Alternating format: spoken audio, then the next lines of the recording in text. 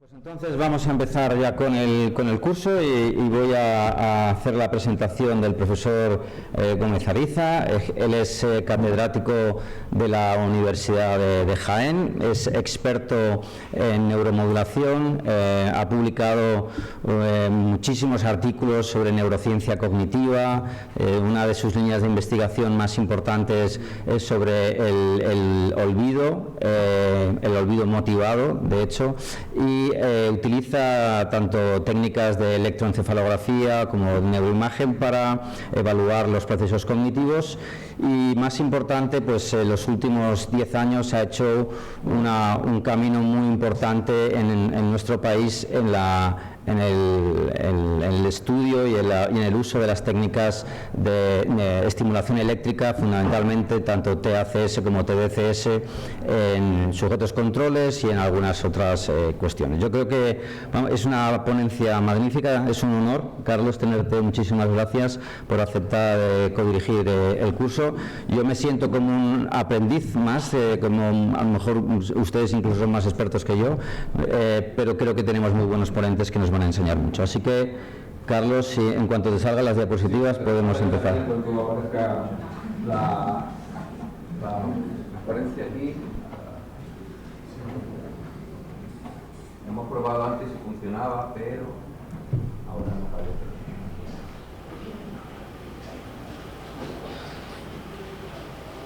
Igual si lo llamamos. Creo que convendría, porque solo he preguntado, me ha dicho que debería funcionar, pero...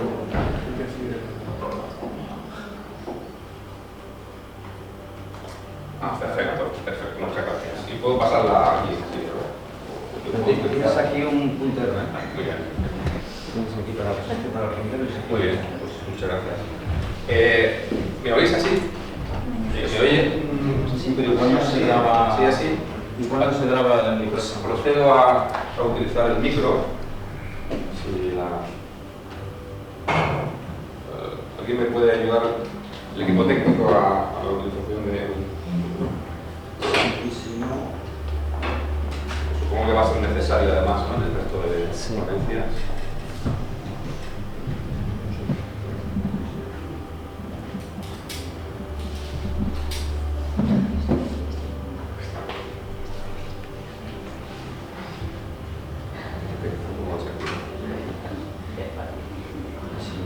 Ah, sí, pues está ese, lo apañamos.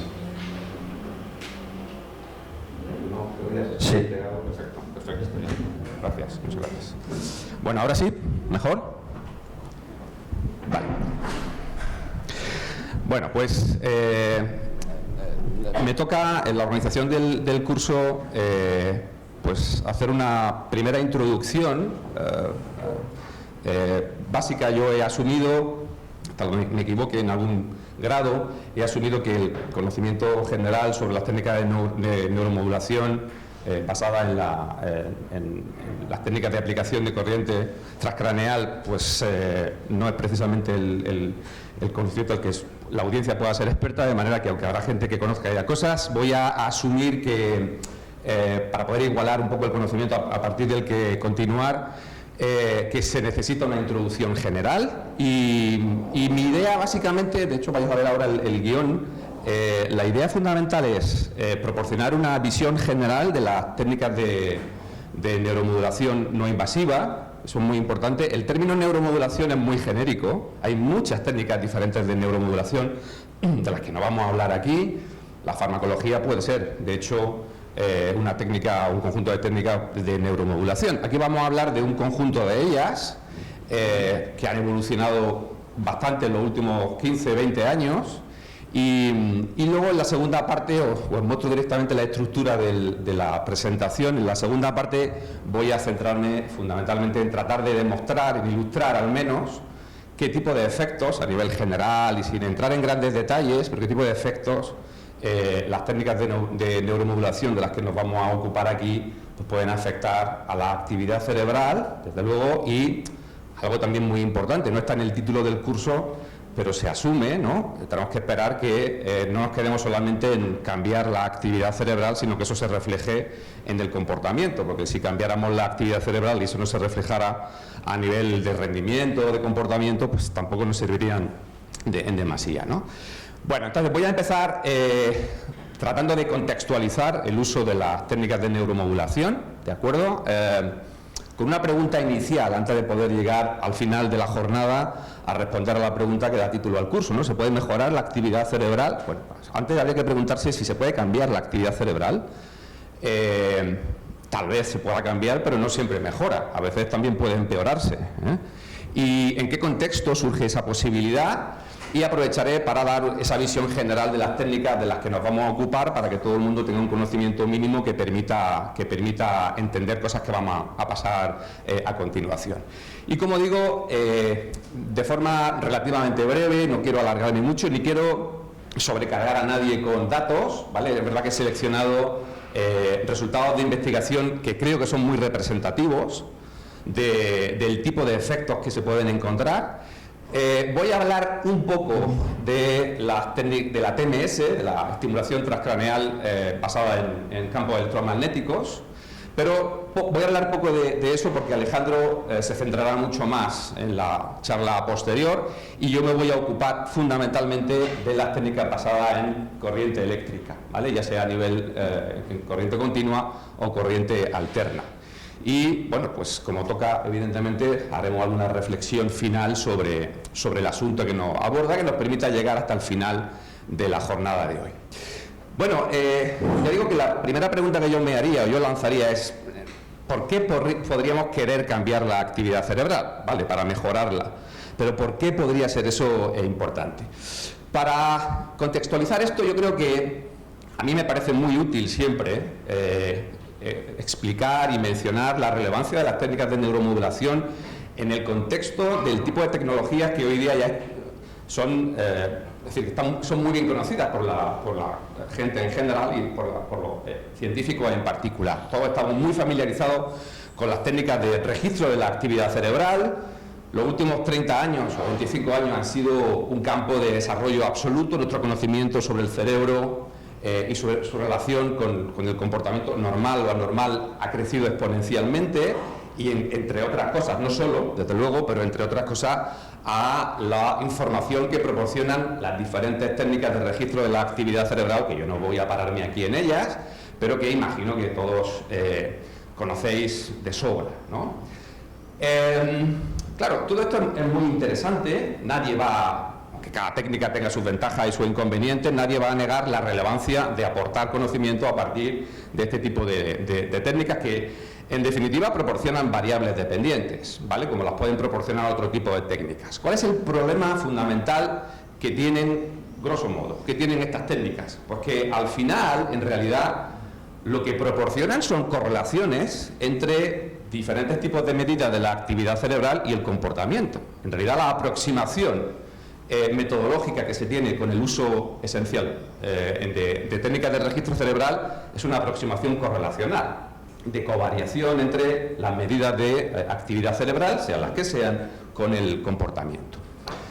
En este contexto, dicho esto, creo que se entiende muy bien qué papel tienen, para qué sirven fundamentalmente, cómo se ubican en todo esto las técnicas de neuromodulación. Dejadme que os presente una imagen de un artículo de Polanía y colaboradores que es tremendamente ilustrativa. A ver, las técnicas de neuromodulación en general, ahora os situaré dentro del contexto en el que nos vamos a mover, pero las técnicas de neuromodulación que incluyen desde la inoculación de drogas, las lesiones, la microestimulación, la optogenética o las técnicas de las que vamos a hablar nosotros aquí son las que están en verde, y no todas, ¿vale? Solamente las que están en verde.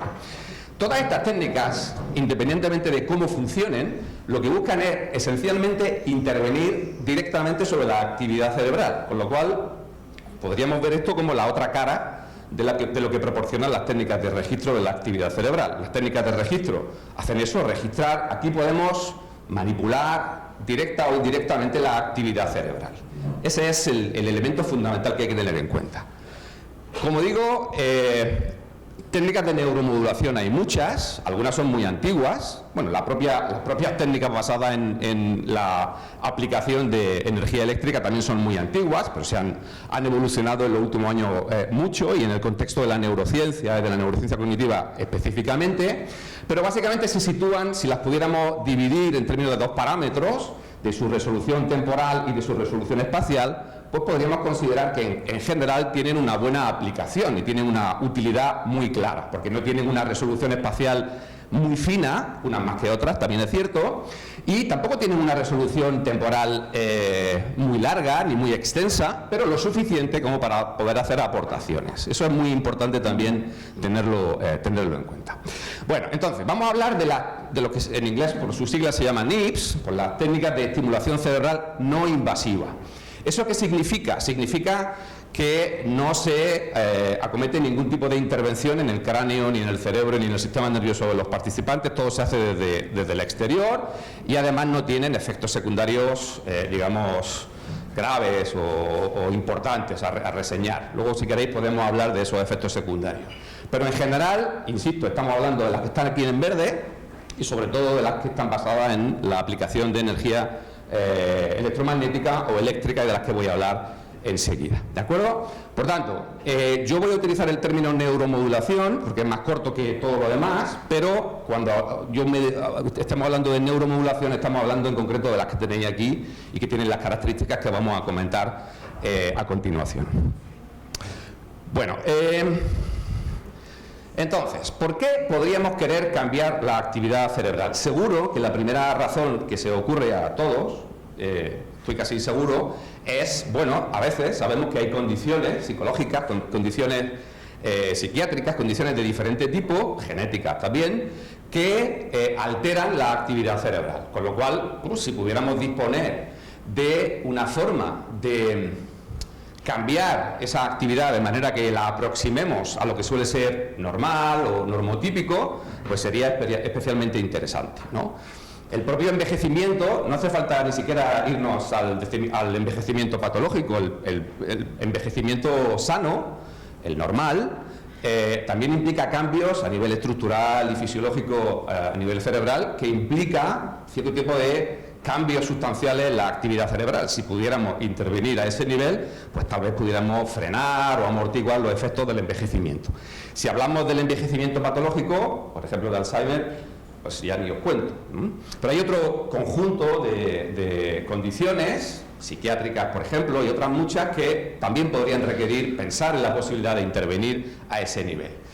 En gran medida lo que vamos a escuchar todos con la charla de Alejandro tiene que ver precisamente con esta cuestión. En mi charla vais a ver que está entremezclada diferentes cosas de las que voy a mencionar ahora. También podría ser interesante cambiar, fijaros que todavía no estoy hablando de mejorar, aquí sí puedo hablar de mejorar, pero no siempre el cambio implica necesariamente la mejora en el sentido estricto, ¿vale? Pero también podríamos estar interesados en mejorar o en cambiar la actividad cerebral incluso cuando no hay un funcionamiento aberrante del sistema del cerebro, del sistema nervioso en general, ¿vale? Por ejemplo, hay lesiones en extremidades, lesiones motoras que no implican directamente una anomalía a nivel cerebral, pero que conllevan, si la lesión en la extremidad es bastante prolongada, pueden llevar cambios en la organización cerebral que controla esa extremidad, que se podrían ayudar cuando se rehabilita a la persona implicada y se mejora no solamente el movimiento de la extremidad, sino también la actividad de la corteza motora que controla esa extremidad. O un caso todavía más paradigmático de esta segunda situación sería pues algo que se ha puesto muy de moda en los últimos años y que podríamos discutir largo y tendido, que tiene que ver, por ejemplo, con intentar mejorar el rendimiento de personas sanas, que no les pasa absolutamente nada, por ejemplo, que puedan ser deportistas. Hay una alta utilización discutible a muchos niveles, tal vez sea un tema de debate para después, sobre todo de la TDCS, de la estimulación transcraneal por corriente continua en deportistas de élite para mejorar funciones ejecutivas, fuerza muscular, recuperación, etcétera, etcétera. Esas personas no tienen un funcionamiento anormal a nivel cerebral, pero se intenta, otra cosa es que se consiga, mejorar su rendimiento cambiando su actividad cerebral. Y por supuesto, el intento de cambiar, a veces mejorando y a veces no, la actividad cerebral puede tener una razón mucho más básica, ¿no? En neurociencia cognitiva se intenta responder a preguntas relacionadas sobre la relación entre el funcionamiento cerebral y el comportamiento, y en este sentido las técnicas de neuromodulación pues son muy útiles. De hecho, mi trabajo en relación con las técnicas de neuromodulación cae un poco más en este apartado. En principio no os voy a contar mucho sobre esto, voy a contar aspectos más relacionados con todo, aunque si me da tiempo sí me gustaría contaros algunos de los experimentos que hemos hecho en mi laboratorio y que permiten responder a preguntas de ese tipo, al menos que para ilustrar ese tipo de aplicación. Bueno, a ver, vamos a pasar a esa descripción general de las técnicas de neuromodulación para aclarar algunas cosas y también para tal vez desterrar algunas creencias erróneas sobre ellas. Voy a empezar hablando muy poco, insisto, de la TMS. La TMS es la técnica por excelencia que usa energía electromagnética, ¿vale?, para inducir corrientes eléctricas. Es ampliamente utilizada, aunque su dispositivo y su utilización requiere, si queréis, más compleja, más cara a veces, o casi siempre más cara que la utilización de técnicas basadas en corriente eléctrica. Es muy utilizada en ámbitos clínicos, también en neurociencia cognitiva, y básicamente consiste, yéndome al grano, en básicamente un dispositivo, un estimulador de gran tamaño. Si lo comparamos con los de estimulación eléctrica, son de gran tamaño, que terminan en una bobina directamente. Es decir, ya sabéis cómo funciona una bobina. Si se deja pasar una corriente, pues genera un campo electromagnético que, aquí veis, que puede inducir un campo eléctrico de alta intensidad relativa al sistema al que lo recibe, que tiene efectos bastante claros, ¿vale? Hay efectos bastante potentes ahí. Bien, una cosa muy importante para evitar confusiones es que la TMS tiene una característica por su forma de funcionamiento que no tiene hasta ahora ninguna técnica basada en corriente eléctrica, sea por continua o alterna, ¿vale? La TMS tiene la capacidad de generar potenciales de acción, es decir, puede hacer por sí sola disparar a las neuronas, es decir, actúa a nivel supraumbral, con lo cual cuando se descarga un pulso o varios de la bobina, eso puede generar directamente potenciales de acción y hacer a la neurona funcionar de distintas maneras, dependiendo de cómo se utilicen los parámetros que gobiernan la bobina. Esto de poder provocar directamente disparos neuronales, insisto, no se produce en ninguna otra técnica. Así que si lo que queremos, si el objetivo es ese, solo podemos utilizar técnicas derivadas de la TMS. Los efectos de la TMS se pueden medir de diferentes maneras. Alejandro hablará más sobre esto, pero aquí tenéis un ejemplo de cómo se puede poner la bobina sobre la corteza motora. En este caso, se pueden medir sus efectos directamente registrando actividad, por ejemplo, de potenciales evocados, ¿vale? Los diferentes componentes de la señal se van a ver afectados a nivel cortical. Se puede hacer un registro de las vías descendentes, pero sobre todo se utiliza mucho el registro, porque directamente el coil, la bobina, puede afectar, y de hecho afecta, cuando se aplica en diferentes o en sitios muy concretos de la corteza motora, puede afectar a la señal eléctrica que se deriva de los músculos, de hecho. Esto se puede medir con bastante fineza. De hecho, la TMS o una modalidad de protocolo de la TMS se utiliza, aunque podéis pensar que esto es contradictorio, se utiliza para medir, aunque se puede intervenir directamente sobre la corteza cerebral. Directamente se utiliza también para medir los efectos de otro tipo de técnicas o ella misma sobre la excitabilidad cortical, para saber cómo cambia el umbral de disparo de las neuronas, midiendo directamente la señal eléctrica que se provoca sobre los músculos implicados en el movimiento que sea. Es muy fácil ver, si alguien no lo ha visto, hay vídeos, yo no he querido añadir mucha información aquí, pero es fácil ver cómo con la TMS se puede, si se da en el lugar acertado, se puede generar el movimiento de un dedo, por ejemplo, de una persona. Y si ese dedo no se mueve, se puede medir su efecto directamente a través de los potenciales motores que, como digo, se registran directamente de la actividad eléctrica del músculo. Bueno, hay diferentes protocolos, insisto, no me voy a parar aquí, quiero pasar a la eléctrica directamente. Hay algunos protocolos de TMS que se basan en impulsos únicos. ¡Pum! Suena así directamente. Bueno, suena mucho más desagradable en realidad. No sé si Alejandro tiene algún vídeo sobre eso, alguna imagen. A diferencia también de lo que sucede con la estimulación eléctrica, la TMS, la electromagnética, genera unos pulsos que se oyen De hecho, eso tiene consecuencias. También hay mucha discusión sobre cómo conseguir los efectos o cómo comparar los efectos de la estimulación real a través del placebo, porque claro, engañar a los sujetos sobre si están siendo estimulados o no con la TMS a veces resulta un poco más complicado, pero en fin, se puede hacer. Entonces hay protocolos que solamente usan pulsos únicos, a veces se utilizan pulsos pareados, que se llaman, para evaluar, por ejemplo, aspectos de conectividad local, para evaluar neurotransmisión.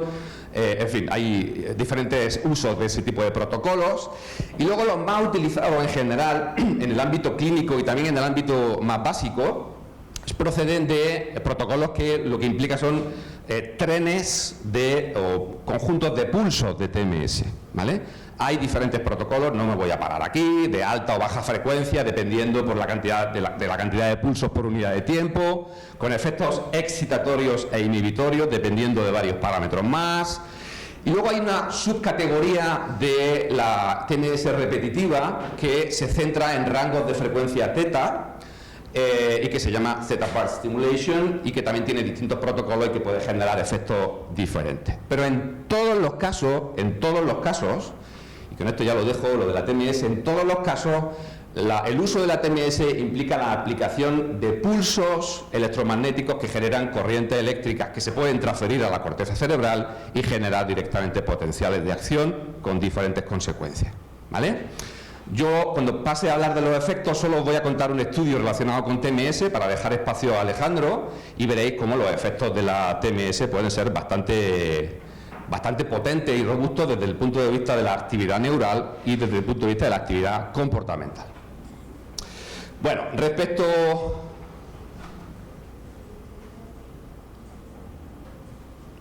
Estaría bien que me hiciera caso.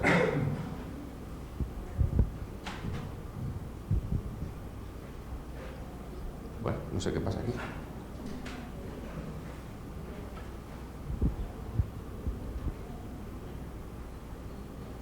No responde nada en absoluto.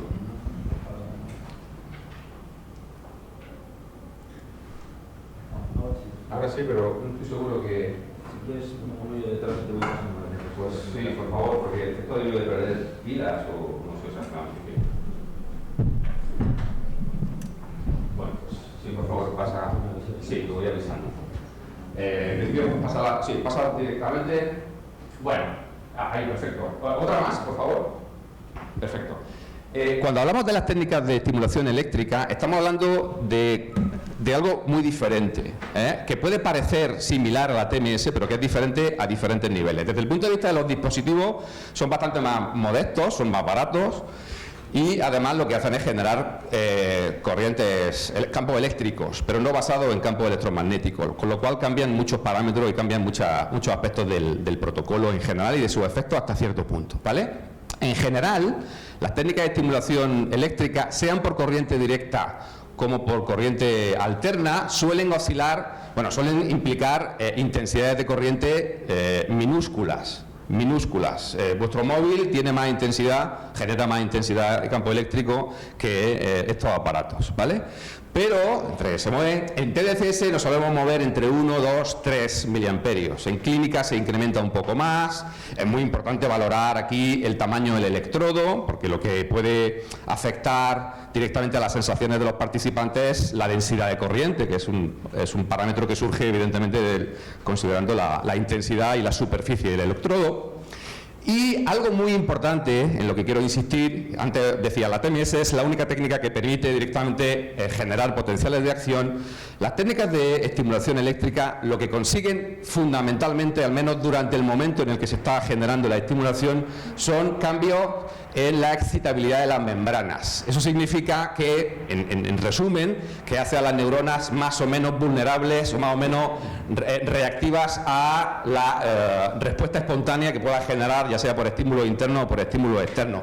Pero las técnicas de estimulación eléctrica nunca generan por sí solas potenciales de acción. No se puede generar un movimiento, porque la corriente es tan pequeña que, claro, si la subiéramos mucho, podríamos conseguir eso. Pero ¿qué problema habría con la corriente eléctrica si subimos muchísimo la intensidad? ¿A alguien se le ocurre? Tenemos un electrodo pegado al cráneo.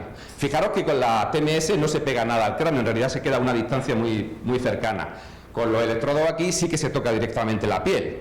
y el cuero cabelludo. ¿Qué pasaría si subimos lo suficiente esta intensidad como para generar potenciales de acción? ¿Qué pasaría antes de eso? Que quemaríamos la piel del individuo. Quemaríamos la piel del individuo. Por supuesto, los protocolos de seguridad, para que nadie se asuste, están infinitamente por debajo de ese umbral. Tanto es así que la mayor parte de los participantes no sienten nada o sienten un cosquilleo. A veces se puede enrojecer un poco la piel, pero jamás se pasa de umbrales que puedan ser dolorosos ni tengan efectos nocivos a ese nivel. ¿De acuerdo? Pero sí es verdad, y esa es una de las mayores utilidades de las técnicas de estimulación eléctrica, que cambian la excitabilidad de las membranas durante el momento de la estimulación y luego pueden tener efectos a medio y largo plazo que ya tocan mecanismos y aspectos de otro nivel. Por favor, Fernando, pasa. Sí, pasa hasta que te diga y así no te tengo... Vale, aquí tenéis otra más. Perfecto. Aquí tenéis una representación de los tres grandes tipos de estimulación eléctrica que me gustaría resaltar y diferenciar antes de empezar a hablar ya de sus efectos. La técnica más utilizada, sin lugar a dudas, es la TDCS, o la TDCS, o la estimulación transcraneal por corriente continua. Eso significa que hay como poco dos electrodos, puede haber más, pero siempre va a haber un polo positivo y un polo negativo, y donde las intensidades de corriente son, pues eso, dependientes de la polaridad. Esto representaría el caso de la intensidad, ¿no? Cuanto más arriba, más intensidad en el polo positivo, cuanto más hacia abajo, más intensidad en el polo negativo. Siempre implica un cambio a ese nivel. Hay implicados dos polos. Una variante de la estimulación eléctrica es la alterna, la que implica, aquí ya no tiene sentido hablar de polaridad, porque si vemos lo que sucede en ánodo y cátodo, lo que vemos, bueno, ahora hablo de esto que me he saltado directamente a la TACS, la alterna. Directamente lo que sucede es que tanto en cátodo como en ánodo hay un cambio de polaridad, con lo cual ya no tiene sentido, no se habla de ánodo y cátodo, se habla de los electrodos que estén montados a nivel cerebral y cómo hay oscilaciones en los cambios de polaridad. ¿De acuerdo? Me había saltado, por evitar que Fernando estuviera dándole muchas veces la posibilidad de comentaros, que existe una modalidad de TDCS, de directa, que también genera oscilaciones, ¿vale? Es esta que veis aquí, se parece mucho a esta y se parece mucho a la TACS, pero en realidad es una cosa intermedia porque hay oscilación, pero nunca cambio de polaridad en cada uno de los electrodos. No sé si veis la diferencia aquí, ¿no? Es decir, que hay oscilaciones. Tienen un uso particular, por ejemplo, hay bastantes estudios sobre el uso de la OTDCS, que es la Oscillatory Transcranial Current Stimulation, que lo que hace es generar estas oscilaciones, pero siempre por encima del nivel cero de intensidad, ¿de acuerdo? Por eso es de corriente directa. Y en última instancia hay una modalidad un poco diferente, pero es una variante de la TACS, de la alterna, que lo que hace es generar cambios aleatorios y en un rango de oscilaciones enorme. Sí, por favor, eso es. Puedo tener a Fernando ahí detrás. Muy bien. Sí, parece que no ha organizado el curso, si está ahí. Hola. Bueno, entonces, os decía que es una variante, la estimulación por ruido aleatorio, que es como se llama, es una variante de la TACS, pero en la TACS lo que se suele hacer es generar oscilaciones, siempre normalmente en el rango de la propia actividad eléctrica, la de las oscilaciones espontáneas a nivel cerebral, que suelen ir desde delta hasta gamma, como sabéis. En el caso de la de ruido aleatorio, se generan oscilaciones, aleatorias, que pueden ir en un rango incluso hasta los casi 700 hercios, con lo cual se oscila enormemente en un rango muy grande. Tiene una utilidad muy específica que no voy a contar porque no siempre se busca necesariamente mejorar la actividad con ellas. Bueno, ¿pueden pasar, por favor? Vale, pues voy a comentar ahora, a partir de ahora, los efectos a nivel cerebral y comportamental, muy poco de TMS y algo más de TDCS y de TACS. ¿De acuerdo? Por favor, Fernando. Vale, bueno, en general, una de las tónicas, uno de los resultados más sistemáticos que se encuentra cuando se mide eso, con las diferentes técnicas de neuromodulación, son efectos a gran escala. Con humanos, como os podéis imaginar, con humanos no se pueden hacer registros intracelulares y demás, con lo cual el nivel microscópico de los efectos con humanos no existe prácticamente, todo procede fundamentalmente de modelos animales. Cuando hablamos de trabajos con humanos, lo que se persigue fundamentalmente es, bueno, los primeros estudios fundamentalmente centrarse en cambio en el comportamiento, para saber si se puede mejorar el rendimiento en tareas de memoria, de atención, de percepción, y cada vez más acompañados de registros de la actividad cerebral. Antes o después de la estimulación, a veces durante la estimulación, aunque es un poco complicado hacer eso a la vez, se puede hacer, pero yo os voy a comentar algunos ejemplos, insisto, bastante ilustrativos. He seleccionado investigaciones, trabajos de investigación que son bastante representativos y que en general tienen una alta calidad, para poder demostrar los efectos que quiero comentar. Bueno, este es un trabajo publicado en Science, el único que voy a comentar de TMS, que pone de manifiesto, como decía, algo que suele ser bastante habitual, y es encontrar efectos de la neuromodulación a gran escala, por ejemplo, en términos de conectividad funcional. Como sabéis, la conectividad funcional tiene que ver con el grado de dependencia, de covariación en la actividad de diferentes regiones cerebrales implicadas en una situación, en una condición, en una tarea. Y este estudio es muy interesante porque de forma relativamente sencilla, con mucha elegancia, demuestra cómo se puede estimular una región parietal, en este caso, una zona posterior lateral parietal, que está muy vinculada con el hipocampo. De hecho, muchos estudios con neuroimagen han mostrado cómo la conectividad cerebral relacionada con esa zona tiene una capacidad predictiva enorme del rendimiento de los individuos. Y entonces ellos utilizaron un protocolo de estimulación de TMS repetitivo a través de días. Esto es una constante también que podemos comentar si a alguien le interesa. A veces los protocolos, con una técnica o con otra, pueden implicar una única sesión, con lo cual los efectos son a veces más limitados, o pueden implicar una repetición también en el sentido de varios días, lo cual suele conllevar cambios en términos de plasticidad y demás. Bueno, lo interesante de este estudio, perfecto ahí Fernando, porque iba a comentar, es que antes de estimular, los investigadores identificaron en el hipocampo y en esta zona parietal, antes de estimular nada, identificaron en los participantes que esas zonas estaban especialmente activadas cuando los participantes realizaban una tarea de memoria asociativa muy simple, aunque en general nos cuesta trabajo hacer, que es la de aprender la relación entre caras y nombres. En este caso eran nombres de otras cosas, no de personas, pero los participantes tienen que aprender eso. Muchísimas gracias. Perfecto. Entonces lo que hicieron fue, pues, primero identificar una zona central del hipocampo que saltaba especialmente, ¿no?, que se activaba especialmente en esa tarea en los participantes, y también una zona parietal que sucedía lo mismo. Y a través de 7 días registraron antes de la estimulación, en medio de la estimulación y justo al final, pues conectividad funcional, pasaban por el escáner a los participantes y también medían su rendimiento de la tarea de memoria. Sin pararme muchísimo, quiero que veáis que, primero, lo que encontraron fue que con la estimulación, pero no en el grupo placebo, no en la condición de sham, que es como se suele llamar a la condición placebo aquí, se incrementaba sustancialmente la conectividad entre distintas zonas de la corteza parietal que predicen muy bien el rendimiento en otro tipo de estudios. Y aquí tenéis incluso esa parte roja que tenéis ahí, es justamente la que estimularon. Había un incremento sustancial tras la estimulación en conectividad entre esas zonas parietales y la zona del hipocampo que ellos habían identificado antes de empezar a estimular en los mismos participantes, que se incrementaba sustancialmente, ¿vale? Eso es bastante llamativo al principio. Esto se ha replicado ya bastantes veces, no siempre con el mismo tipo de tareas, pero las ganancias en conectividad funcional son bastante sistemáticas en general.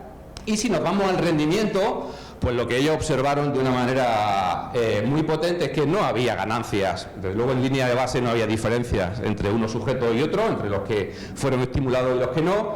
Ni siquiera había diferencias significativas en mitad de las sesiones, a la mitad de la semana, pero al final el incremento en la capacidad de los participantes para recordar los nombres asociados a las caras era bastante grande. Y súper interesante es que el cambio en conectividad predecía estupendamente el cambio en rendimiento, lo cual ayuda a establecer esas relaciones de actividad cerebral basada en el registro y en la propia modulación con el rendimiento. Y pone de manifiesto algo que va a ser bastante sistemático, insisto, y es la presunción la asunción de que en gran medida los efectos a largo plazo de la TMS repetitiva, pero también de la TDCS y la TACS, tienen que ver con mecanismos de potenciación a largo plazo. También se pueden dar mecanismos, también pueden estar implicados mecanismos de depresión a largo plazo, pero en definitiva mecanismos que son los que subyacen a la plasticidad cerebral, al aprendizaje y a la memoria en muchos aspectos distintos de nuestra vida cotidiana. Bueno, dejadme que pase a hablar de la TDCS un poco y de sus efectos, aunque ya preveo que voy a saltarme alguna parte, puedo comentarla si a alguien le interesa de forma más particular.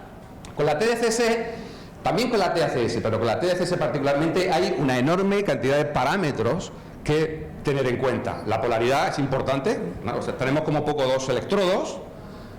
Puede haber más, esta es la forma convencional de hacer TDCS o TACS con 2 electrodos, uno cátodo y otro ánodo, pero se pueden utilizar montajes que se llaman de alta densidad, que suelen tener más de 4 electrodos o de 3 en realidad. Y pues la polaridad es algo a tener en cuenta y a poder planificar, la intensidad de la corriente, la duración de la estimulación, cuánto tiempo hay que estimular para obtener un efecto, en qué momento se estimula. Antes de hacer la tarea, durante la tarea, ¿cuánto tiempo antes? ¿Cuánto tiempo durante la tarea? En fin, hay un montón de preguntas que son muy importantes. El tipo de montaje, se pueden poner los 2 electrodos sobre el cráneo, a veces conviene no poner los 2, solo poner uno. En fin, hay un montón de elementos a tener en cuenta y, por supuesto, la propia tarea que está haciendo el individuo es tremendamente importante y determinante a la hora de ver los posibles efectos de la estimulación. Pero quiero resaltar algo muy importante, junto a los propios efectos de la estimulación que dependen de los parámetros que el investigador o el clínico determine, hay un conjunto de efectos que van a modular las consecuencias de la estimulación a nivel neural y a nivel comportamental, que no dependen directamente de cuánta intensidad estimulemos o qué montaje de electrodos utilicemos, que dependen más bien de características del propio individuo. Cada vez hay más razones para darle peso a las diferencias individuales, también en el uso de las técnicas de estimulación, y hay, pues desde factores genéticos o anatómicos, nuestro cerebro se parece mucho. Si nos hicieran un escáner, pues veríamos que nuestros cerebros se parecen mucho, pero no son exactamente iguales. La forma de los giros van a depender de diferentes cosas.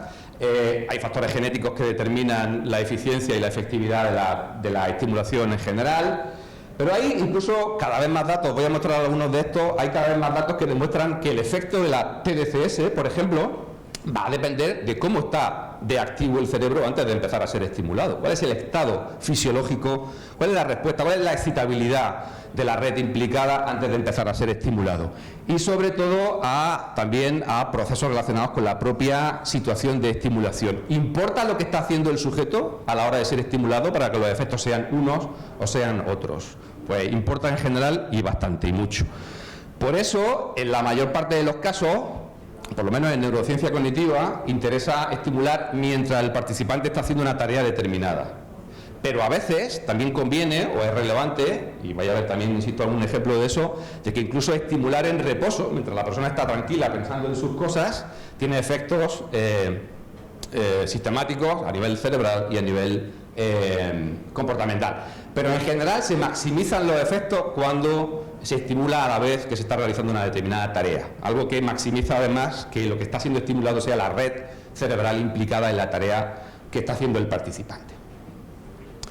Bueno, la TDCS puede interaccionar a diferentes niveles con diferentes aspectos del funcionamiento neural. No voy a entrar aquí, eso explicaría por qué es tan sensible, si queréis, a modular las respuestas que la propia actividad neural pueda generar con estimulación externa o interna. O sea, eso, ya digo que la mayor parte de estos datos no proceden de investigación con humanos, aunque algunos cada vez más sí, os voy a mostrar algunos de ellos también, pero eso explicaría, ya digo, su potencial como herramienta de modulación neuronal. Bueno, ejemplos de los efectos que la TDCS puede tener a nivel neural y comportamental, os voy a dar algunos de ellos. Tal vez pase más rápidamente por alguno, dependiendo de la hora, ahora pregunto la hora. Antes he mencionado el efecto de la TMS sobre la conectividad funcional. Dejadme que empiece con la TDCS precisamente a ese nivel. Este es un estudio muy reciente, del año 21, donde los investigadores quisieron saber hasta qué punto la estimulación del dorsolateral izquierdo, el dorsolateral izquierdo en neuromodulación es como Rodríguez en los apellidos españoles, está siempre presente. No he hecho el cálculo, pero sin lugar a dudas, el dorsolateral izquierdo, que implica estas dos áreas de Brodmann, es el área más estimulada, sin lugar a dudas. Yo he tratado aquí de representar también a otro tipo de targets, pero sin duda lo es. Y podría explicar por qué en algunos casos, pero en otros no puedo explicar por qué. ¿Vale? O sea, pues a veces se estimula ese y por qué no. ¿Vale? Eso pasa, eso a veces pasa. Bueno, estos investigadores lo hicieron por una razón teórica y práctica muy importante, y es precisamente para saber, bueno, si es el target de tantos estudios y tiene un papel, está claro, en una red de control, la red frontoparietal, muy implicada, por ejemplo, cuando estamos vigilantes haciendo una tarea, concentrados haciendo una tarea, esa red que implica pues al dorsolateral izquierdo, pero también zonas parietales, zonas temporales, en fin, todo un conjunto de sistemas de sitios corticales que trabajan en equipo, ¿no?, para mantenernos atentos y controlando la situación. Pues ellos quisieron saber si estimular esto generaba cambios en toda la red, si incrementaba la conectividad entre los elementos de esa red, y algo muy importante, si eso era específico de la red, porque también podría pasar que estimulamos aquí y resulta que ahora todas las redes que contienen al dorsolateral izquierdo podría haberse implicadas. A lo mejor la conectividad funcional se incrementa en la red de control, la frontoparietal, pero a lo mejor también otras redes que también implican en otros contextos al dorsolateral también podrían verse implicados, con lo cual eso demostraría nada de especificidad. Bueno, lo que ellos hicieron fue estimular el dorsolateral. Mirad, aquí tenéis un ejemplo de un montaje extracefálico. Aquí el ánodo está puesto sobre el dorsolateral izquierdo y el cátodo, no sé si lo veis, pero está puesto en el hombro. Se saca fuera del cráneo. ¿Por qué se saca fuera del cráneo? Pues para que no afecte a la actividad cerebral, lo afecte lo menos posible. ¿De acuerdo? A veces eso es pertinente, otras veces menos, pero en muchas ocasiones lo es y funciona bastante bien. En el 95% de los estudios que yo he hecho con TDCs he sacado uno de los electrodos fuera del cráneo y los resultados suelen ser bastante más interesantes, creo yo. Bueno, el caso es que el estudio implica, era un macroestudio, solo se publican parte de los resultados en pero básicamente estimularon, hicieron un escáner en reposo antes y después de la estimulación y estimulaban mientras los sujetos hacían una tarea de vigilancia. Yo creo que todos sabéis lo que es una tarea de vigilancia, pero por si acaso una tarea de vigilancia es una tarea muy sencilla, que no requiere complejidad computacional, digamos, pero requiere que el participante esté muy atento. En este caso, si no recuerdo mal, era una tarea de un reloj que el sujeto tenía que pulsar una tecla cada vez que la manecilla del reloj estuviera en una posición determinada. O sea, complejidad cero, pero exige estar muy concentrado, algo que sabemos que implica a la red frontoparietal, entre otras cosas. Bueno, pues lo que ellos encontraron, y voy al grano, es que, insisto que el dorsolateral izquierdo implica, en términos de áreas de Brodmann, que como sabéis es una clasificación basada en citoarquitectura, en el posicionamiento de los somas, no tanto a nivel funcional, encontraron que la estimulación, mientras los sujetos hacían esa tarea de vigilancia, que supuestamente exige, ¿no?, la actividad de la red frontoparietal, incrementó sustancialmente la actividad del área del dorsolateral más dorsal, ¿vale? El área 9 de Brodmann. Incrementó sustancialmente la conectividad de ese área con el resto de áreas de esa red de forma significativa, pero no del área que estaba justamente debajo y también era estimulada. O sea, el área 46 también era estimulada, sin embargo no hubo, bueno, quería un cambio numérico, pero no llegaba a ser significativo.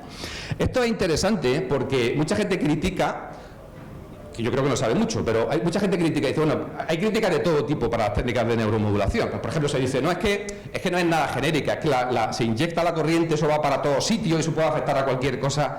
Bueno, eso no es así en realidad, ¿vale? Una cosa es que la corriente pueda llegar se pueda distribuir, se va a distribuir en un sistema como la corteza cerebral, pero otra cosa es que sus efectos sean consecuentes con esa distribución. Va a haber una maximización de la corriente en función de varios parámetros y, entre otras cosas, la propia citoarquitectura. Y de hecho, aunque el electrodo estaba sobre este área, y a pesar de que este área forma parte de la red frontoparietal, pues no había cambio significativo en ese caso. Y la otra pregunta interesante, ¿y estimular el dorsolateral incrementaba también la conectividad funcional de ese área con otra área fuera de la red frontoparietal? No, en absoluto. Solo la red que había estado funcionando durante el momento de la estimulación era la que se veía afectada. Esto es muy importante porque tiene que ver con la resolución funcional, que a veces se da como respuesta a las críticas frente a la... Bueno, es que las técnicas de estimulación eléctrica no tienen mucha resolución espacial. Pues sí, no tienen mucha resolución espacial, es verdad, pero eso no significa que la corriente afecta a cualquier cosa y de cualquier manera y todo se ve afectado, y eso no es cierto. Me temo que no es cierto. ¿Me podéis decir, por favor, Laura? Muy bien. ¿Me quedan 20 minutos? Vale. Bueno, voy a comentar, déjame que sobre la marcha decida qué cosas voy a contar y qué cosas no, que creo que son interesantes. Bueno, hemos visto el efecto de la TDCS a gran escala, hablando de imágenes de resonancia magnética funcional, pero también se pueden observar los efectos de la TDCS a nivel neural y a nivel comportamental cuando se utilizan otro tipo de tareas, cuando se mide rendimiento directamente. En el estudio anterior no hablamos de rendimiento, y cuando uno se fija en los potenciales evocados, en la actividad eléctrica en EEG asociado a eventos que, bueno, puede ser de utilidad. Tampoco creo que sea la panacea, pero es verdad que es muy útil para muchas cosas, ¿no? Bueno, este es un estudio en el que los investigadores utilizaron una tarea de flancos. No sé si a este nivel tengo que imagino que todos conocéis la tarea de flancos, una tarea que exige un alto grado de control cognitivo en alguna de sus condiciones, porque hay que responder a la flecha de en medio, ignorando lo que hay en la periferia, algo que nos llega por la visión periférica y es bastante interferente, ¿no?, con el rendimiento. Con lo cual aquí hay que ignorar, en los ensayos incongruentes hay que ignorar lo que hay a los lados para poder responder a la dirección de la flecha intermedia. Bueno, lo interesante es que estos investigadores estimularon durante 30 minutos durante reposo. Aquí sí que no estaban haciendo nada los sujetos mientras estaban siendo estimulados, pero fueron bastante inteligentes los investigadores aquí y hicieron que los participantes hicieran la tarea de flancos antes de ser estimulados, mientras registraban su EEG y podían analizar diferentes componentes de la señal, y también justo después del EEG. Pero justo después de la estimulación hacían exactamente lo mismo, de manera que podían comparar. Bueno, en términos de rendimiento, bueno, el montaje, pues si os interesa, ya para que veáis las diferencias. Aquí hay un montaje bicefálico. Bicefálico porque los dos electrodos se colocaban sobre el cráneo, ¿vale? El área de interés era el dorsolateral izquierdo en un caso, derecho como condición de control, eso es interesante, y lo que se llama el electrodo de referencia, que es el que no interesa especialmente para el estudio, pues se colocó en una zona órbito-frontal en el hemisferio contrario, ¿vale? Bueno, ¿esto tuvo algún efecto comportamentalmente? Sí. Solamente el caso del grupo que fue estimulado en el dorsolateral izquierdo mostró un beneficio en términos de tiempo de respuesta cuando tenían que responder a los ensayos incongruentes. Y además era bastante grande, el tamaño del efecto era relativamente grande, ¿de acuerdo? No se encontró eso en las otras dos condiciones, ni en sham, ni en el placebo, ni cómo se estimulaba el dorsolateral derecho. Tengo que decir, por si alguien no lo conoce, que es verdad que hay bastantes estudios de neuroimagen que señalan que es el prefrontal izquierdo el que tiene más relevancia a la hora de resolver el conflicto que se produce en los ensayos incongruentes, con lo cual tiene en principio sentido pensar que sea la estimulación del izquierdo la que genere algo más de beneficio o algún efecto a nivel comportamental al menos. Encontraron una mejora, en este caso fue una mejora en los tiempos de respuesta, y a lo que iba, que me parece que es más interesante también para que veamos que se está modulando la actividad cerebral, cuando ellos compararon los diferentes componentes de la señal eléctrica asociada a los ensayos incongruentes, se fijaron en dos componentes, el N200 y el P300, que se suelen asociar con la resolución del conflicto, con el hecho de voy a pasar olímpicamente de lo que estoy viendo por la periferia porque a lo que tengo que responder es a la flecha de en medio. Lo que encontraron, no sé si lo veis bien por el contraste, pero en verde, en todos los casos en verde está la señal en el pre, en la condición pre, antes de la estimulación, y en azul lo que sucede después, en la tarea de flancos después de la estimulación. Solamente en el grupo de estimulación izquierda había un cambio sustancial significativo únicamente en relación a los dos componentes que están más asociados con resolver el conflicto. En ninguno de los otros dos casos había ninguna diferencia a ese nivel, y es interesante que los cambios asociados en esos componentes predecían los cambios en tiempo de respuesta, en el beneficio que había encontrado antes. Esto es interesante. También es interesante que cuando se comparaba la distribución topográfica de esa señal, de esos dos componentes, a través de los grupos, pues para empezar había una clara lateralización. Cuando se estimulaba el izquierdo, lo que más cambiaba era el cambio en topografía en el hemisferio izquierdo. En el derecho, y a pesar de que no había cambio ahí, pues había ciertos cambios, sobre todo en N200, pero también se ve aquí una señal mucho más intensa en el caso del derecho, aunque no había efectos ni en componentes como tales, ni en amplitud, ni en rendimiento, y en el SHAM el patrón era bastante diferente. Y también interesante porque tiene que ver con lo que os decía antes de, ojo, porque la estimulación, sea la que sea, no cae en el vacío. O sea, no se trata de, voy a inyectar aquí una corriente que algo hará. Dependiendo del sistema que recibe y cómo está el estado, qué está haciendo y cómo es el estado de ese sistema, la corriente que yo inyecto va a tener un efecto u otro. En este caso, lo que ellos encontraron es que el efecto modulador de la TDCS sobre los dos componentes que he mencionado dependían de cómo eran esos componentes, de la amplitud que tenían esos componentes en la condición pre. De manera que cuanto mayor era el componente P300 en la línea de base, menos crecía con la TDCS, y cuanto más pequeño era el N200 en línea de base, menos decrecía después de la TDCS. O sea que hay un efecto dependiente de cómo está precisamente la excitabilidad del sistema antes de empezar a ser estimulado. Los efectos dependientes del estado se pueden ver a diferentes escalas. No me voy a parar con detenimiento en este estudio, es un estudio sobre formación de memorias que estimuló una zona muy similar al que comenté al principio sobre TMS, y que me interesa especialmente, bueno, obtuvieron un resultado, un beneficio comportamental en una tarea de memoria episódica, no es muy grande, pero es verdad que es significativo. Pero me interesa especialmente el estudio porque está bien diseñado, porque ellos realizaron una resonancia magnética funcional en estado de reposo solamente una vez, antes de que los sujetos pasaran por la estimulación.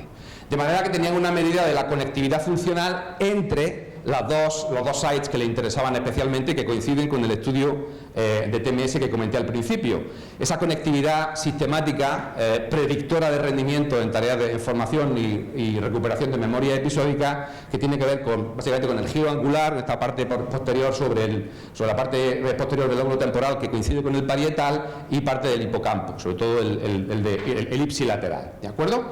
Ellos obtuvieron, esto no tiene nada que ver con la estimulación, pero es importante, obtuvieron que, ya se sabía, pero lo confirmaron, había una correlación entre la conectividad funcional de los sujetos y su rendimiento en memoria en una tarea en línea de base. Bien, hasta ahí nada nuevo. O sea, que lo que viene a decir es que cuanto mejor conectividad presenta el giro angular con el hipocampo, mejor lo hacen los sujetos en una tarea en línea de base. Bien, hasta ahí nada nuevo. Lo interesante es que cuando compararon las ganancias entre la condición activa de estimulación y el sham y el placebo en los mismos sujetos, porque eran los mismos participantes que hacían las dos cosas, cuando compararon la ganancia con la TDCS en función de la conectividad, lo que encontraron es lo que se llama un efecto de magnificación, ¿no?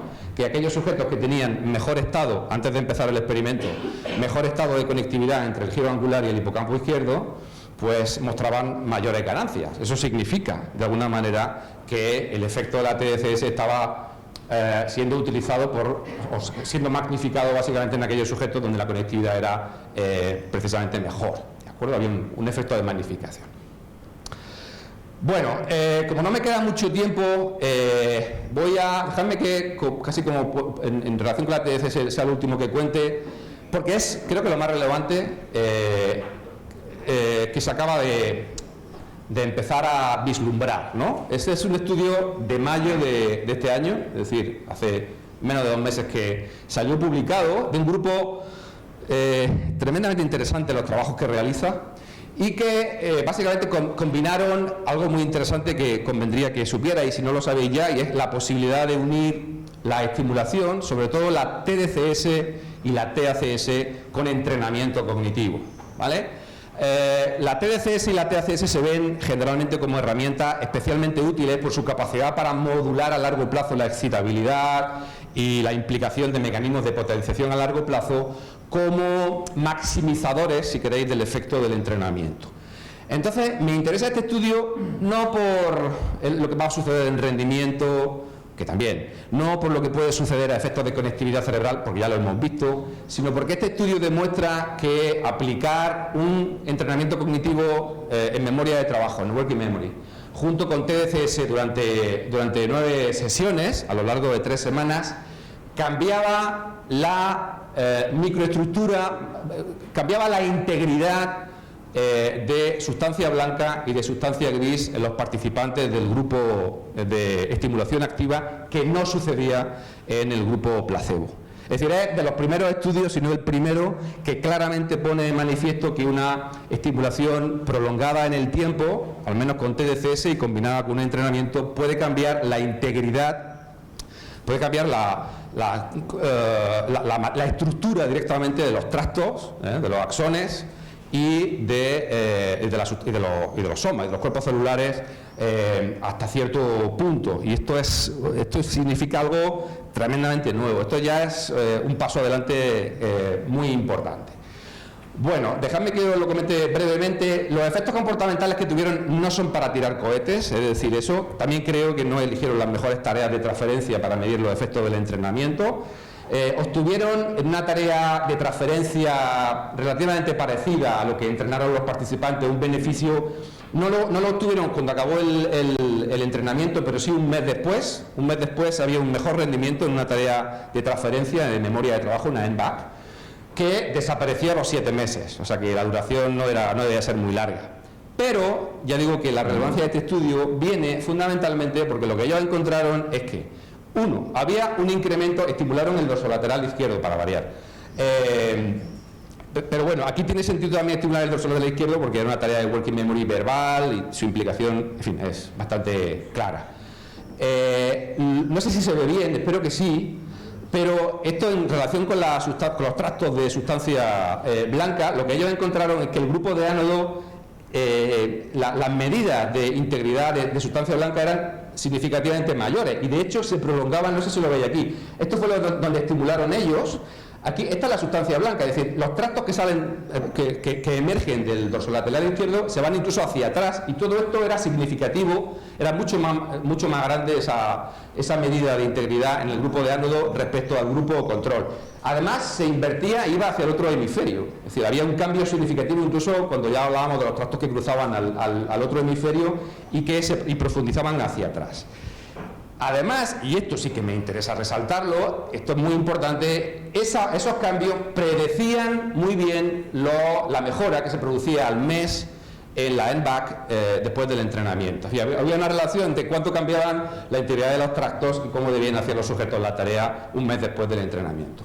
Como os decía, también observaron cambios bastante específicos debajo del electrodo, para aquellos críticos que digan, no, pero es que la estimulación seguro que como el campo eléctrico va, pues eso afectará hasta los occipitales, eso es una cosa genérica.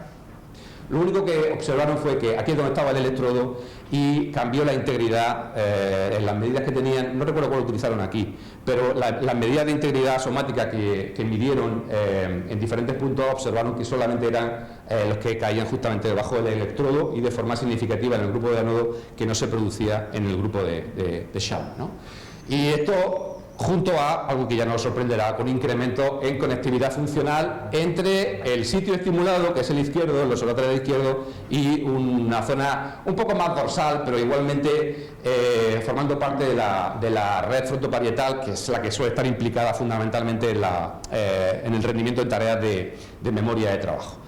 Ya digo, este estudio es especialmente interesante porque pone de manifiesto el efecto que puede tener a nivel estructural, probablemente como consecuencia de los cambios a nivel fisiológico que se producen con la estimulación prolongada. Bueno, me salto algunas cosas, me salto cómo la TDCS puede afectar al equilibrio entre excitación e inhibición. Hay muchos estudios que ponen de manifiesto eso. Si alguien tiene curiosidad, le explico cómo los cambios en concentración de neurotransmisores, sobre todo GABA y glutamato debajo del ánodo y de cátodo, puede alterar las dinámicas, por ejemplo, de formación de sinapsis inhibitorias, puede compensar ese tipo de aspectos. Normalmente el ánodo suele conllevar decrementos en GABA, justamente cuando se analizan los metabolitos que hay justamente debajo del lugar estimulado a nivel prefrontal. Ánodo suele implicar un descenso de GABA y a veces un incremento del glutamato. Y el cátodo suele ser lo contrario, suele incrementar GABA y suele decrementar glutamato. Y eso tiene consecuencias pues, a muchos niveles, ¿no? Que podemos comentar más tarde. ¿Me quedan al menos 10 minutos? Sí. Vale, es que voy a... Bueno, estos son los experimentos que yo, de mi grupo, que iba a comentar, pero no los voy a hacer, aunque creo que son interesantes, pero en fin, prefiero prescindir de ellos, porque yo ya me lo sé. Y si alguien tiene curiosidad, pues te cuento. Tiene que ver más con rendimiento y actividad cerebral relacionada con...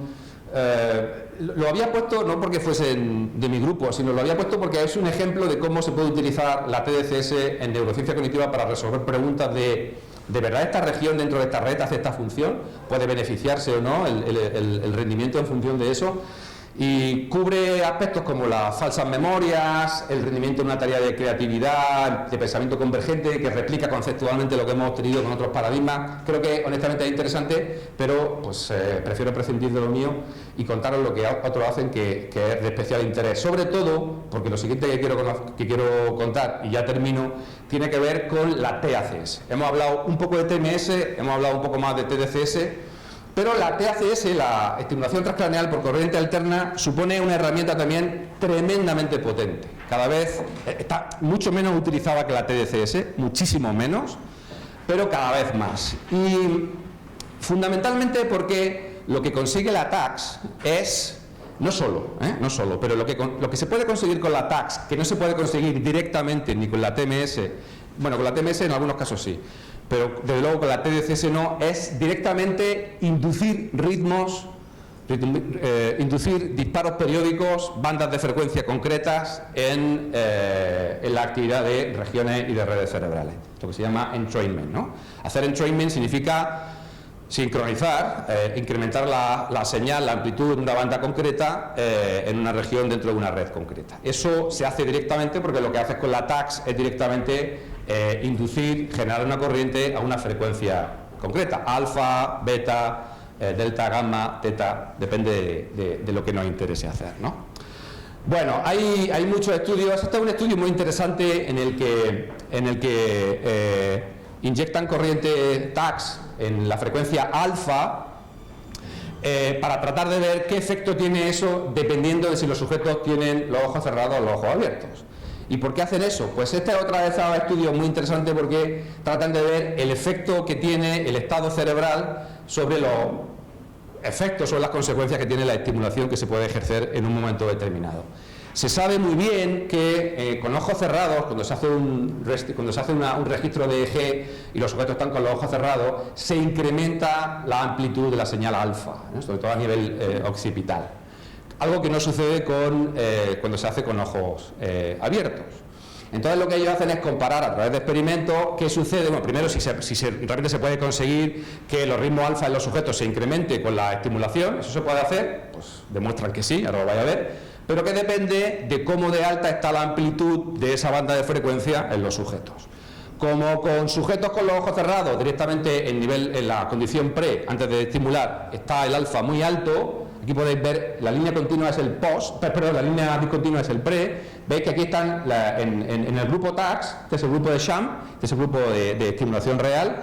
En ambos casos, aquí tenéis la frecuencia. Fijaos cómo hay bastante específica, el incremento que se produce en la amplitud de la señal es específica, de hecho, de la frecuencia promedio intermedia en el rango de alfa, que es alfa es normalmente entre 8 y 12, pues 10, ¿no? Pero aquí, incluso en el pre, ya está muy alto. O sea, es como que la TACS no hace nada, porque los sujetos ya están altos. En sham, exactamente igual. Pero, si nos vamos a lo que sucede cuando se hace el registro con los ojos abiertos, donde el nivel de pre, alfa, ya está muy bajo, veis cómo está aquí alfa en la condición de pre, está muy bajo. Pero después de la estimulación, ¿qué sucede con alfa? Pues que sube, sobre todo alrededor de 10, sube estrepitosamente y de forma significativa, ¿vale? También sube en el sham, pero claramente no es al mismo nivel. De hecho, sube en la condición de pre y post al mismo nivel. Pero el efecto de la estimulación es clarísimo. Y además aquí la TACS lo que consigue es incrementar la coherencia de la onda alfa que se registra en los individuos. La coherencia es un parámetro, no es igual que la sincronía, pero es un parámetro que mide relativamente la amplitud con la fase de la señal, y lo que ellos encontraron es que el efecto de la TACS aquí, con ojos abiertos, dependía de cuánta coherencia mostraban los sujetos antes de ser estimulados. Cuanta menos coherencia mostraban, mayor coherencia ganaban después de la TACS. Es decir, que la aplicación de la estimulación conseguía no solamente incrementar la amplitud, ¿no?, el power de la señal en la frecuencia alfa, sino que además conseguía que la coherencia, la consistencia de los diferentes electrodos midiendo esa banda fuese mayor, lo cual es tremendamente interesante.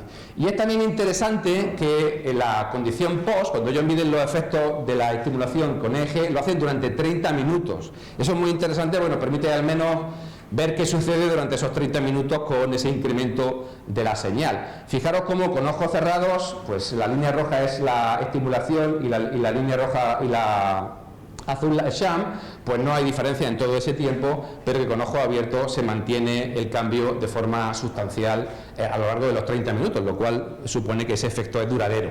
De hecho, para que tengáis una idea, os diré que en general, puede haber variaciones, pero en general los efectos de la TDCS y de la TACS con una única sesión pueden durar al menos entre 60 y 90 minutos, ¿vale? O sea que se pueden obtener medidas del efecto de la TDCS a nivel neural, dependiendo del parámetro que nos interese, hasta incluso 1 hora y media después de la estimulación. La razón de por qué se incrementa la señal básicamente tiene que ver con cómo se consigue que diferentes neuronas, estas son neuronas disparando a diferentes momentos antes de la estimulación, lo cual da una señal de amplitud cuando sumamos todos los vectores de su fase muy pequeñita. Cuando se estimula a una determinada frecuencia, por ejemplo alfa, lo que conseguimos es que todas las neuronas no vayan exactamente iguales disparando, pero lo hagan en un rango temporal mucho más cercano. Estamos incrementando su sincronía de disparo, con lo cual cuando sumamos los vectores se incrementa sustancialmente la amplitud. Por eso cuando se busca entrainment, cuando se busca esa sincronización, ese incremento en amplitud de la señal, lo que se obtiene es pues una mayor amplitud, un mayor power, precisamente porque lo que se consigue es que la periodicidad del ritmo de disparo neuronal en conjunto de neuronas sea mucho más sincronizado, sea mucho más consistente entre sí. Bueno, se han disparado los estudios estos son metaanálisis abordando con población sana, con jóvenes sanos, eso tengo que decirlo. Una enorme cantidad de trabajo, sobre todo en los últimos 5 años, con TACS, en dominios muy diferentes: función ejecutiva, memoria a largo plazo, working memory, vigilancia, percepción. Hay toda una amalgama con efectos relativamente potentes, bajo algunas condiciones más que con otras. En fin, esto podemos hablar, si a alguien le interesa, le puedo contar un poco más con detalle. Y en los últimos años, casi que en los últimos meses y lo que queda por venir, hay un interés, con esto ya voy a acabar, hay un interés enorme en poder utilizar TACS, también TDCS, pero eso es menos novedoso casi, pero poder utilizar TACS para modular, para cambiar, para mejorar la actividad aberrante en términos de oscilaciones y de comunicación entre diferentes bandas de frecuencia que se ven alteradas, por ejemplo, con el envejecimiento sano y sobre todo con demencias, por ejemplo, las tipo Alzheimer, que implican cambio a diferentes niveles. Hay cambio en alfa, hay cambio en la interacción entre teta y gamma, muchos aspectos de ese tipo se ven afectados. Con lo cual, os diré que hay una buena cantidad de proyectos justamente ahora en marcha, tratando de ver los efectos que la intervención por sí sola de estimulación junto con entrenamiento cognitivo puede hasta cierto punto mejorar la actividad cerebral, sobre todo la actividad oscilatoria, de la que depende tanto aspectos cognitivos en personas, por ejemplo, con Alzheimer, ¿no? Este es todo un conjunto de argumentos para proporcionar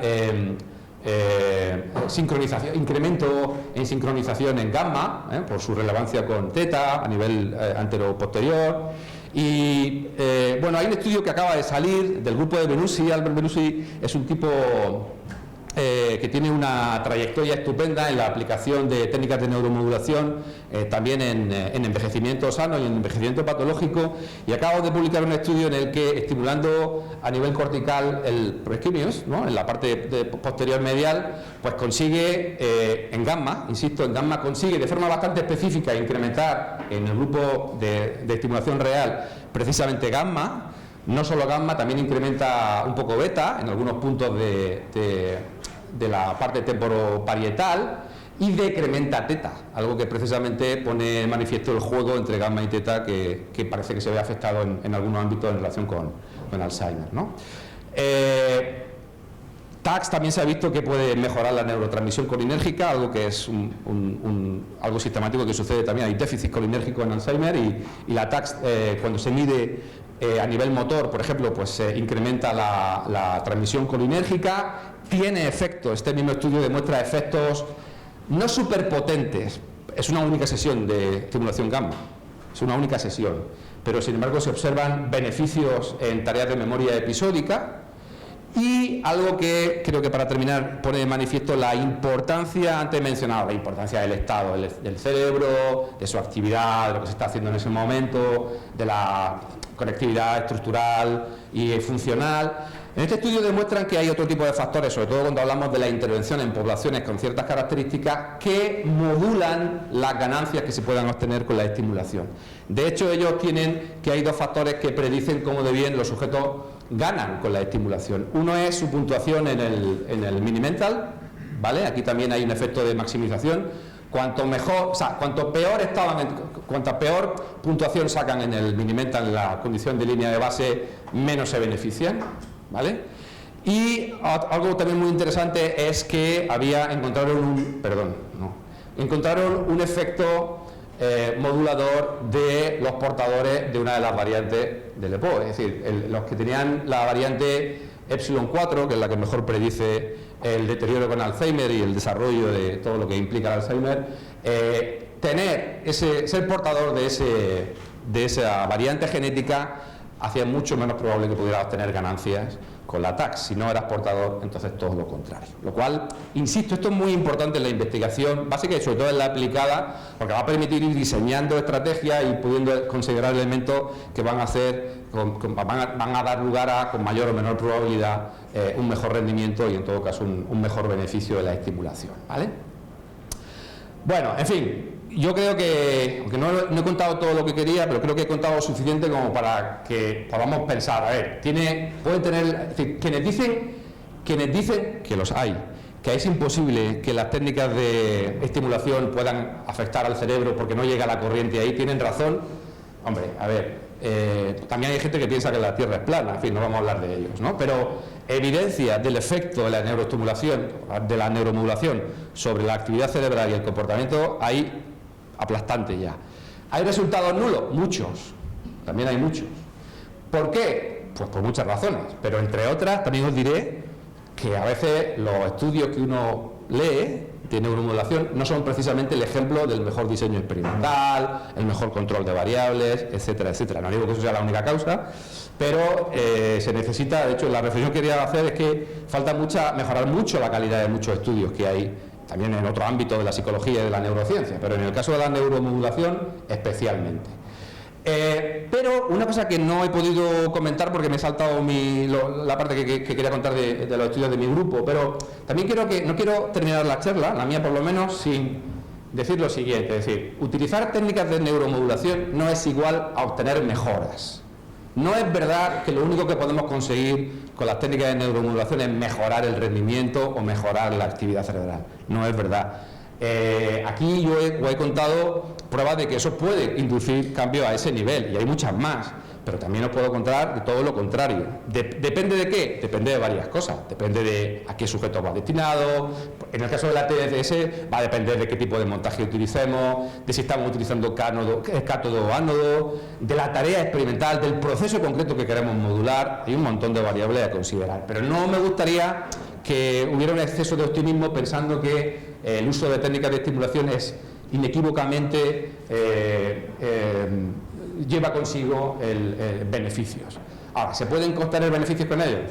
Por supuesto que sí, pero hay de todas maneras muchas cosas que cambiar. Yo digo que a nivel metodológico hay muchas cosas que mejorar y convendría mayor replicación a muchos niveles distintos. Bueno, y ya está, creo que con esto os he contado demasiado, me parece bien.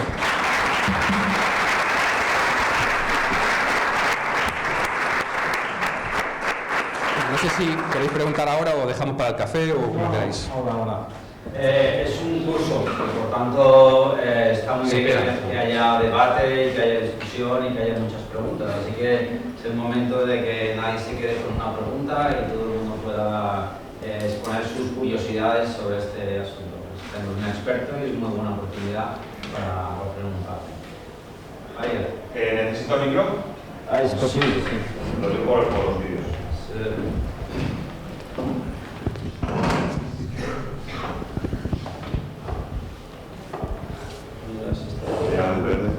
Supongo que sí, sí. Buenas a todas y a todos. Muchísimas gracias por tu charla, me ha encantado, la verdad. Y gracias a los dos por la organización y a la Fundación. Mi pregunta va en relación a los efectos a largo plazo. Has hablado, y repito, y perdóname si me equivoco, que una sola sesión implicaba cambios, sean los que fuere, como a lo largo de 60-90 días, más o menos. ¿No? Vale. ¿Sabemos algo en relación a que si esa misma sesión, en lugar de dar una vez, la damos en sucesivas sesiones, ya no sé los plazos entre una sesión y otra? La pregunta es, dando esas sesiones o dando sucesivas sesiones en el tiempo, ¿se sabe si pueden conseguir efectos no ya a largo, sino siquiera a medio plazo? Gracias. Bueno, es muy buena pregunta. La respuesta es sí. Es decir, bueno, de hecho, estoy seguro que Marco, que ha trabajado fundamentalmente en memoria, va a mostrar seguro parte de sus experimentos son súper interesantes con procedimientos de reactivación en la formación de memoria, que incluso una única sesión puede llevar a efectos un mes después, ¿vale? O sea que no siempre, cuando he dicho que en general una sesión puede generar efectos temporales de minutos, es en general, y es que depende mucho de la tarea que esté implicada, ¿vale? Pero por no pasarme de optimismo, vamos a poner que en general minutos, pero hay ejemplos de que mucho más dependiendo de varias cosas. ¿Pueden conseguirse mejores efectos a largo plazo si en vez de una sesión son varias? Sí. De hecho, la TDCS empezó a utilizarse en el ámbito de la rehabilitación motora, de la corteza motora, por ejemplo. Y los que trabajan en ese ámbito han demostrado muy bien de que la combinación de rehabilitación motora con estimulación en muchas sesiones, cuando lo comparas con condiciones control, pues duran más tiempo. ¿Cuánto de mucho? En ese ámbito no te puedo decir, pero es que hablamos de semanas y de meses, ¿vale? O sea que en ese caso está claro. Y a nivel de entrenamiento cognitivo, pues aquí hay una mezcla de datos, ¿no? Hay algunos estudios que demuestran que la combinación, por ejemplo, de entrenamiento y sesiones de TDCS y de TACS también, pues puede provocar a las 3-4 semanas todavía efectos que no se observan cuando solo hay entrenamiento y no hay estimulación. Y hay otros estudios que no muestran ningún efecto en absoluto de la estimulación. Todavía yo creo que hay que mejorar mucho. Algunos de las reflexiones que yo hacía respecto a las mejoras metodológicas tienen que ver con los estudios que ofrecen ese tipo de medidas más a largo plazo. No solo, pero esas, ¿no? Pero la respuesta es sí, es decir, que yo soy optimista en ese sentido y creo que hay algunos trabajos que ya ponen clarísimamente de manifiesto que sobre todo cuando lo combinas, ¿eh? O sea, la estimulación por sí sola, bueno, en algunos casos también puede funcionar y de hecho funciona a más medio plazo, pero tampoco sabemos, claro, los registros de medio y largo plazo, sobre todo los de largo plazo, no son muy frecuentes, no hay muchos estudios que hagan eso. Tampoco lo hay en estudios de entrenamiento cognitivo sin estimulación. O sea, lo mismo que se aplica a los estudios de entrenamiento se puede aplicar a lo de la estimulación, si quieres multiplicado por 2, pero en cuanto a restricción. Pero en general hay razones para pensar que con sesiones repetidas, con intervalos dependiendo de... A veces hay estudios que lo hacen una vez en semana, otras 2 veces en semana, ¿vale? Pero como ese no es un parámetro relevante, tampoco quiero insistir en ese como tal. Pero sí, clarísimamente sí. Y de hecho, el estudio que he comentado sobre los cambios en microestructuras, ese yo creo que ya debería de empezar a cambiarnos la mentalidad. Si a nivel de microestructura ellos observan lo que observan tiempo después, bueno, yo no sé si van a hacer un follow-up de eso. Han hecho un follow-up de la parte de rendimiento. Imagino, espero que hagan uno de la parte, no lo sé, no ha salido publicado todavía, si lo van a hacer. Pero eso, claro, esos cambios a nivel de microestructura, esos no tienden a ser supertemporales. Eso es probable que se mantenga, sobre todo si sigue habiendo actividad de esos sistemas, ¿no? Con lo cual, yo creo que estamos en el camino de poder afianzar la idea de que la estimulación repetida, combinada en general con otras cosas, pueda prolongar, pueda maximizar y optimizar los efectos de, por ejemplo, del entrenamiento. O sea, no es ninguna locura pensar en eso. Gracias. Vamos a, como hay un momento de discusión al final de las dos ponencias, vamos a dejar ahora tiempo para el café, porque tenemos media media hora, a las 12:15 volvemos y al final de la segunda ponencia tenemos unos 40 minutos para volver a discutir, pensar, preguntas y cosas que queréis discutir y lo hacemos después. Volvemos a las 12:15.